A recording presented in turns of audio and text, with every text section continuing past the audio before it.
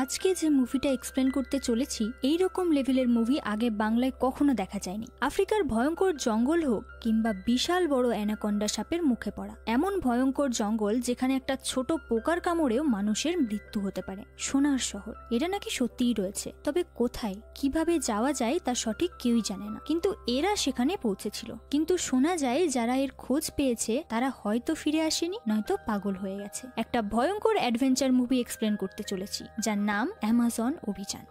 Movie শুরু হয়, দেখানো হয় 1915 সালের অ্যামাজনিয়াকে। আমরা দেখতে পাই একটা ছেলের পেছনে অনেকগুলো চিতা ছুটছে। কালো চিতার হাত থেকে বাঁচতে ছেলেটা একটা গভীর হ্রদে ঝাঁপ দেয়। ঝাঁপ দেওয়ার সাথে সাথেই দুই দিক থেকে দুটো কুমির আসতে থাকে তাকে ধরার জন্য। ছেলেটা কুমিরের হাত থেকে বাঁচতে প্রাণপণে চেষ্টা করে। সে জলের নিচে ডুব দেয় আর সাঁতার কাটতে থাকে। কুমিরটাও তার পেছনে আসছিল। কুমিরটা ছেলেটাকে ধরতেই যাবে, এমন সময় স্বপ্নটা ভেঙে যায়। আসলে এই ছেলেটা এতক্ষণ স্বপ্ন দেখছিল। ঘুম ভাঙতেই দেখে সে একটা গাছের গুড়ির মধ্যে শুয়ে আছে। ছেলেটার নাম শঙ্কর, কেউটিয়া নামের একটা ছোট্ট গ্রামে থাকে। শঙ্কর কিছু বাচ্চাদের পড়াচ্ছিল। হঠাৎ তার কাছে একটা টেলিগ্রাম আসে, একটা বিদেশি মেয়ে নাকি তার সাথে দেখা করতে চায়। পরের দৃশ্যে দেখানো হয় এই মেয়েটি এসে পৌঁছায় কেউটিয়া গ্রামে। মেয়েটার নাম অ্যানা। মেয়েটার সাথে কথা বলে জানা যায় তার বাবা একজন মিউজিশিয়ান ছিলেন। চাকরি ছেড়ে তার বাবা নাকি অ্যামাজন অভিযানে যান। শঙ্কর বলে, কিন্তু কেন? অ্যানা বলে, শোনা যায় প্যারিম হ্রদের ধারে নাকি সোনার শহর মানোয়া অবস্থিত। শঙ্কর বলে, এলডোরাডো? অ্যানা বলে, হ্যাঁ, সেই সোনার শহরের খোঁজেই গেছিলেন আমার বাবা। বাবার কাছে ওই ম্যাপের একটা টুকরো ছিল, কিন্তু অ্যামাজন যাওয়ার পথে কোনো একটা কারণে তার বাবার মিশন অসম্পূর্ণই থেকে যায়। দেখানো হয় অ্যানার বাবাকে। সে যখন নদী থেকে উঠে আসে তাকে কয়েকটা চিতা তাড়া করে। চিতাদের হাত থেকে বাঁচতে অ্যানার বাবা দৌড়ায়, আর দৌড়াতে গিয়ে তার হাতে থাকা কাটারিটা পড়ে যায়। চিতাগুলো অ্যানার বাবার উপর ঝাঁপাতেই যাবে, এমন সময় কয়েকটা তীর এসে পড়ে লোকটা আর চিতাগুলোর মাঝখানে। দেখানো হয় কয়েকটা পরীকে।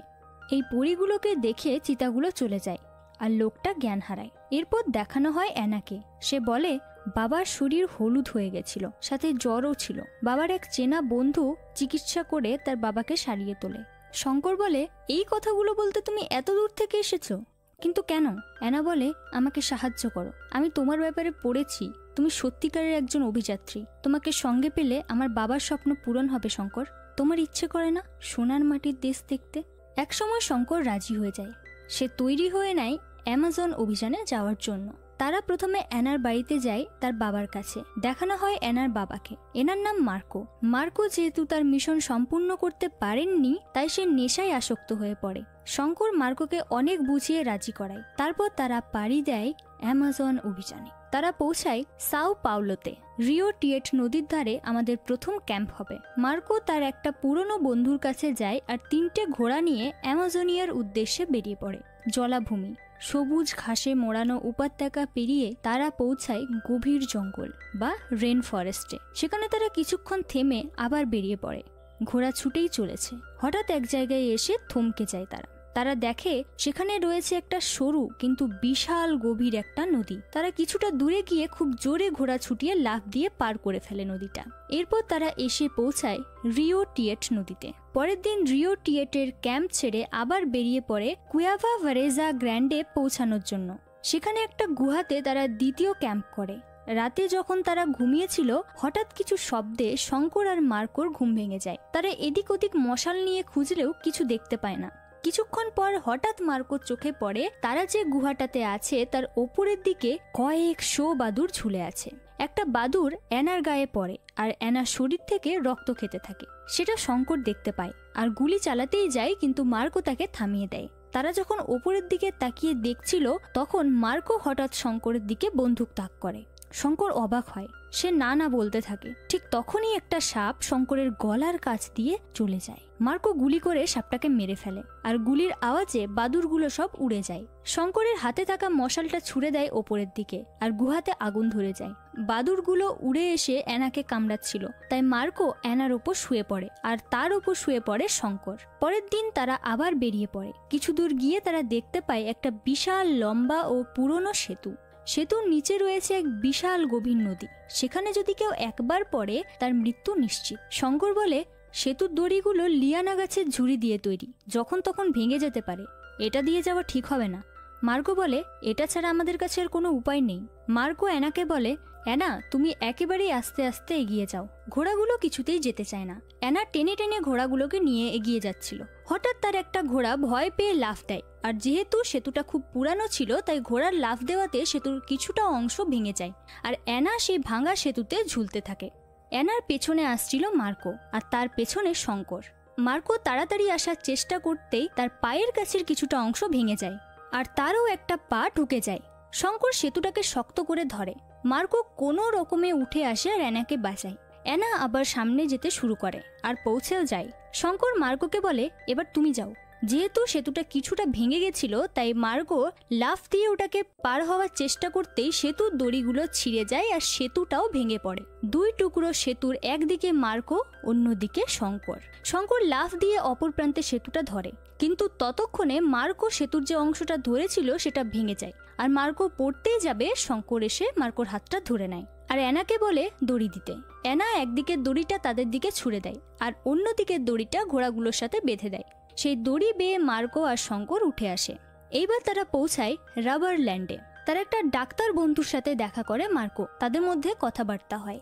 শঙ্করের এই ছেলেটার সাথে বেশ বন্ধুত্ব হয়। এর নাম অ্যাঙ্কমা, আর এটা হচ্ছে অ্যাঙ্কমার হবু স্ত্রী ইসাবেল। রাতের বেলা যখন সবাই নিজেদের মধ্যে আনন্দ করতে ব্যস্ত, তখন ইসাবেল একটা ঘরের থেকে সবার জন্য মদ আনতে যায়, কিন্তু কিছুক্ষণ পর ইসাবেলের চিৎকার শুনে সবাই সেখানে যায়। শঙ্কর আর অ্যাঙ্কমা দেখে ইসাবেলকে চিতায় মেরে ফেলেছে। অ্যাঙ্কমা খুব কাঁদতে থাকে। চিতাটা তাদের মাথার উপর দিয়ে বেরিয়ে যায়। শঙ্কর আর অ্যাঙ্কমা ছুটে যায় চিতাটাকে মারার জন্য, কিন্তু জঙ্গলে যাওয়ার পর হঠাৎ একটা চিতা লাফ দিয়ে অ্যাঙ্কমাকে ধরে। শঙ্কর গুলি করে চিতাটাকে, কিন্তু ততক্ষণে অ্যাঙ্কমা মারা গেছিল। শঙ্কর অ্যাঙ্কমার মাথাটা কোলে নিয়ে বসে আছে, আর তার চোখে জল। চিতার গর্জন শুনে শঙ্কর দেখে সামনে আরও একটা চিতা। শঙ্কর দৌড়াতে থাকে। একসময় একটা গাছের গুঁড়িতে পা লেগে শঙ্কর পড়ে যায়, আর তার হাতে থাকা বন্দুকটা ছিটকে পড়ে যায়। চিতাটা হামলা করতেই যাবে, শঙ্কর হাত দিয়ে তাকে আটকায়, আর তার প্যান্টের পেছনে থাকা পিস্তল দিয়ে বাঘটাকে গুলি করে। পরের দিন একটা নৌকা নিয়ে কুয়ারি বা রিও মাদেইরা নামের নদী ধরে তারা আবার যাত্রা শুরু করে। আদিবাসীরা এই নদীকে কুয়ারি আর পর্তুগিজরা এর নাম রাখে রিও মাদেইরা। নদীপথের রাস্তা ভুল করে তারা ঠিক করে এইবার তারা জঙ্গলের পথে মানাউস নামের জায়গাতে পৌঁছাবে। মানাউসে পৌঁছে তারা আরেকটা নৌকা নেয় আর রিও নেগ্রো নদী পথে যাত্রা শুরু করে। কিছু দূর গিয়ে তারা একটা জায়গায় থেমে পড়ে আর হাঁটতে হাঁটতে পৌঁছে যায় একটা আদিবাসী গ্রামে। আদিবাসীরা তাদের দিকে তীর তাক করে, কিন্তু আদিবাসীদের লিডার মার্কোকে চিনতে পারে আর জড়িয়ে ধরে। আসলে মার্কো আরেকবার যখন এখানে এসেছিল তখনই মার্কোর সাথে আদিবাসীদের আর বাকি মানুষদের বন্ধুত্ব হয়ে গেছিল। তো সেই আদিবাসীদের লিডার তাকে নিয়ে যায় নদীর সেই জায়গায় যেখানে ম্যাপের দ্বিতীয় অংশটা ছিল। তারা তিনজনেই নদীর নিচে যায় আর দেখে সেখানে একটা জাহাজ, আর জাহাজের ভেতরে একটা জায়গায় একটা বোতলের ভেতর ম্যাপের আরো একটা অংশ। ম্যাপটা হাতে নিয়ে শঙ্কর দাঁড়িয়ে আছে। হঠাৎ একটা ইলেকট্রিক মাছ এসে শঙ্করকে ছুঁয়ে বেরিয়ে যায়, আর শঙ্করের খুব জোরে কারেন্ট লাগে আর জ্ঞান হারায় সে। মার্কো শঙ্করের অক্সিজেন সিলিন্ডারটা একটা ধারালো কিছু দিয়ে কেটে দেয়, যার জন্য শঙ্কর ওপরের দিকে ভেসে ওঠে। তারপর মার্কো শঙ্করকে টেনে তুলে নিয়ে আসে নৌকায় আর তার বুকে চাপ দিতে থাকে, কিন্তু তবুও শঙ্করের জ্ঞান ফিরছিল না।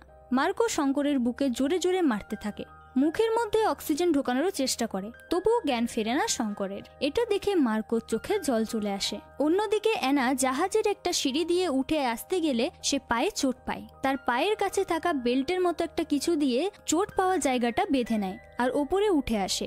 এদিকে শঙ্করেরও জ্ঞান ফিরে আসে। তারপর মার্কো আবার নদীতে লাফ দেয় আর অ্যানাকে জল থেকে টেনে নিয়ে আসে। রাতটা তারা একটা ক্যাম্পে থেকে আবার বেরিয়ে পড়ে।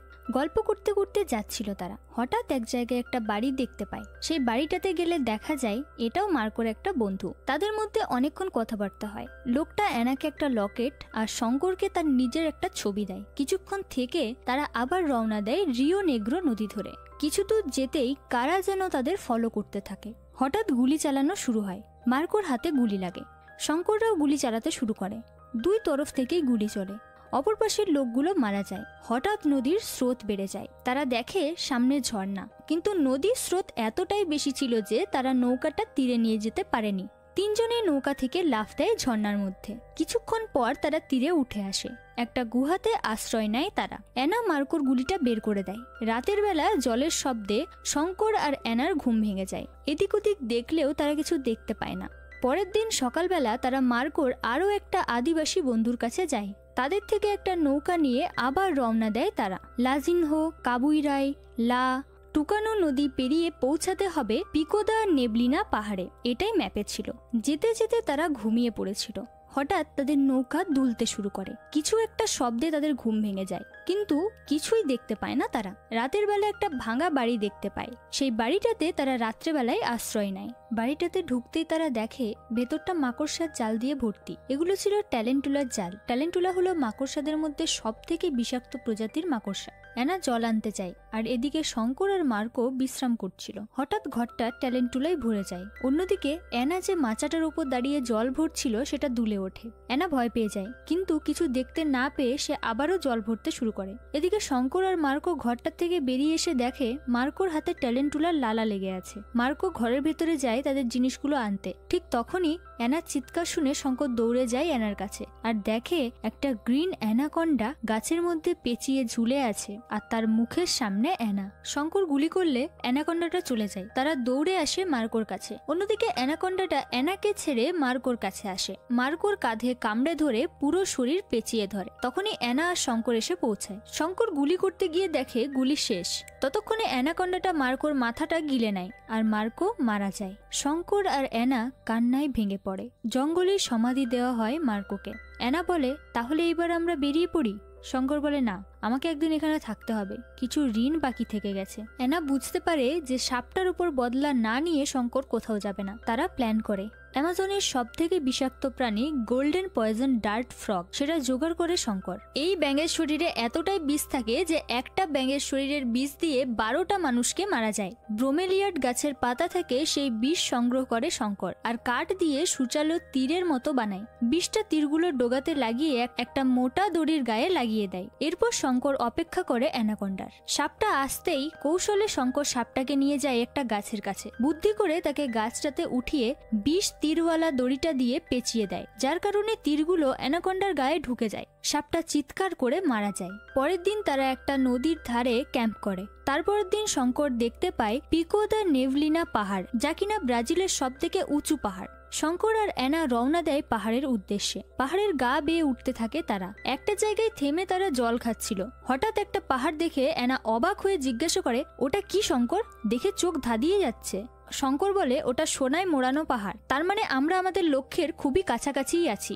তারা আবার পাহাড়ে উঠতে থাকে। কিছুটা দূর গিয়ে পা পিছলে কিছুটা দূর গড়িয়ে পড়ে তারা। শঙ্কর একটা পাথর ধরে নেয়, আর অ্যানা শঙ্করের পা ধরে নেয়। তারা আবার উঠতে শুরু করে। একটা জায়গায় এসে তারা থেমে যায়, আর দেখে অনেকগুলো প্রজাপতি একসাথে উড়ে বেড়াচ্ছে। ঠিক তখনই দুটো ছোট ছোট তীর এসে তাদের গলায় লাগে, আর তারা জ্ঞান হারায়। চোখ খুলে তারা দেখে কিছু আদিবাসী তাদের বন্দি বানিয়েছে। তারা যে শত্রু নয় এটা বোঝানোর চেষ্টা করে শঙ্কর, কিন্তু ওরা কিছুতেই বুঝতে পারছিল না। পরে শঙ্কর আর অ্যানাকে সার্চ করে তারা দেখতে পায় মার্কোর বন্ধুর দেওয়া লকেট আর ছবিটা। আদিবাসীদের লিডার বুঝতে পারে শঙ্কররা তাদের শত্রু না। রাতটা তারা ওখানেই থাকে। আদিবাসীদের লিডার শঙ্করকে ম্যাপের বাকি অংশটা দেয়। রাতে শঙ্কর যখন ম্যাপটা সেলাই করে দেখছিল, তখন অ্যানা টর্চ ঠিক করছিল, আর ম্যাপের মধ্যে টর্চের আলো পড়ে কিছু অদৃশ্য লেখা ফুটে ওঠে। ম্যাপের পেছনে মশাল রেখে শঙ্কর লেখাগুলোর মানে খুঁজে বের করে, আর সোনার শহরে যাওয়ার রাস্তা সে জানতে পারে। সকালে তারা আবার বের হয়ে যায়। যেতে যেতে তারা একটা জায়গায় থামে। খাওয়ার জন্য মাছ ধরতে গিয়ে শঙ্কর দেখে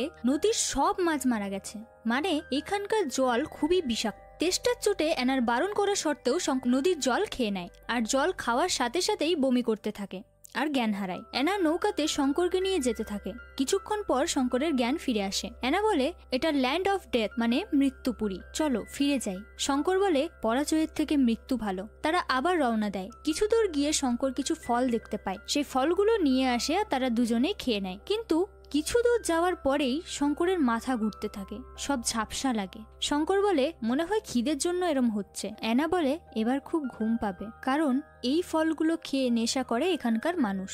শঙ্কর বলে, তুমি সব জানতে তাই না? তাহলে আমাকে আটকালে না কেন? অ্যানা বলে, শুয়ে পড়ো। তারা দুজনেই ঘুমিয়ে পড়ে। নদী স্রোতে বয়ে যাচ্ছে শঙ্কর আর অ্যানা। দুই দিকে পাহাড়, মাঝখানে ভেসে যাচ্ছে তারা।